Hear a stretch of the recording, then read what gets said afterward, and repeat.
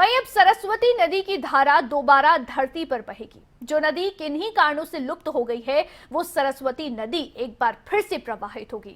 इसी उद्देश्य को पूरा करने के लिए हरियाणा और हिमाचल सरकार के बीच पंचकूला में एमओयू साइन हुआ है। रिपोर्ट देखिए।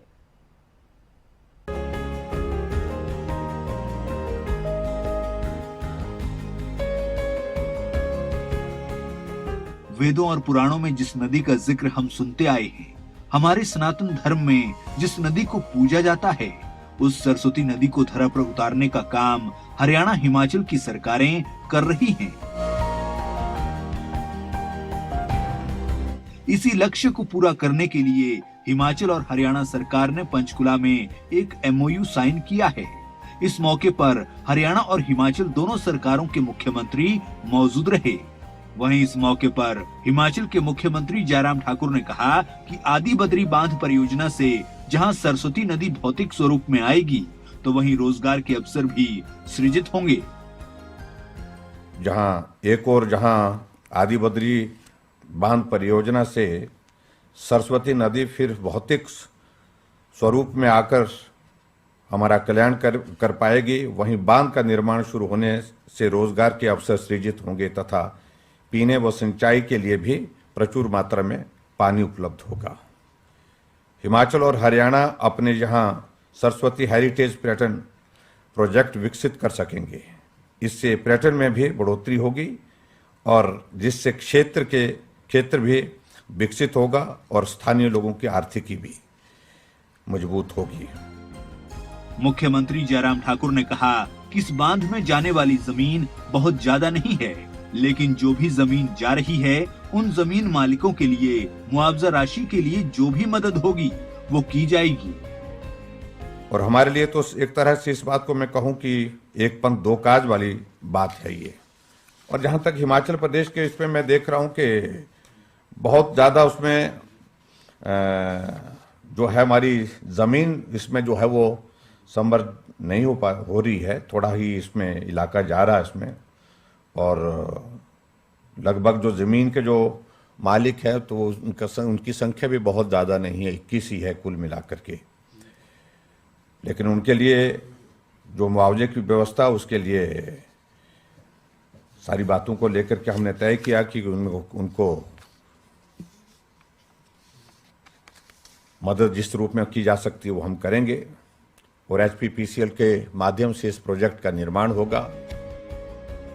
वहीं हरियाणा के मुख्यमंत्री मनोहर लाल ने कहा कि इस आदि बद्री बांध के बनने से दोनों ही प्रदेशों को फायदा होगा और करीब 20 क्यूसेक पानी मिल पाएगा। और आज हम लोग जो एमओयू कर रहे हैं तो वहाँ उस पानी को रोक करके, बहुत बड़ा डैम नहीं है वो, छोटा ही डैम बनेगा अभी, क्योंकि जितना पानी पीछे से आता है उतना ही तो डैम बनाना, उससे ज़्यादा बनाने का लाभ नहीं है। लेकिन कुछ जैसे 61 हेक्टेयर मीटर जो है वो हिमाचल के काम आएगा, 160-62 हेक्टेयर 70% तो हरियाणा को पानी मिलेगा।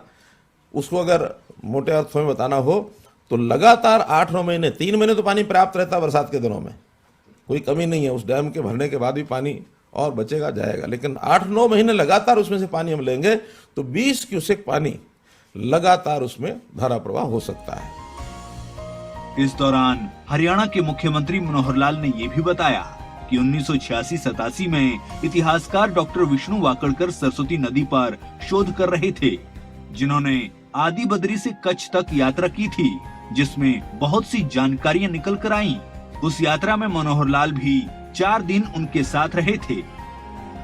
डॉक्टर विष्णु वाकड़कर जी इतिहासकार हैं, वो इन चीजों पर बहुत कुछ शोध करते रहते थे, तो नहीं रहे, तो पता लगा कि वो सरस्वती के ऊपर कुछ शोध करने के नाते से आ रहे हैं और यात्रा करेंगे। जैसा बताया, आदि बद्री से वो यात्रा शुरू हुई और कच्छ तक वो यात्रा गई।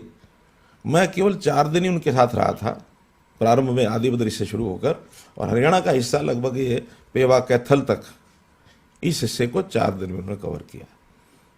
और बहुत जानकारियाँ, हमको नहीं कोई जानकारी थी कि सरस्वती नदी, उसका कोई अंडर करंट है, आदि बद्री, और यहाँ पहाड़ों से पीछे से नदी कभी रही होगी हजारों साल पहले, वहाँ पहाड़ों का विघटन हुआ, टाइटैनिक, ऐसे परिवर्तन आते हैं पहाड़ों में, उस समय सरस्वती जो बहुत विशाल नदी कभी हुआ करती थी, उसका पानी अवरुद्ध होकर के और साइडों में निकल गया।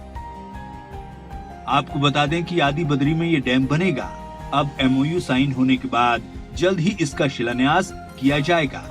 इस परियोजना से जहां सरस्वती नदी दोबारा धारा प्रवाहित होगी, तो वहीं पर्यटन, रोजगार के अवसर भी पैदा होंगे, जो दोनों ही प्रदेशों के लिए आर्थिकी की दृष्टि से भी महत्वपूर्ण होगा। तारा ठाकुर, पंचकुला, खबरें अभी तक।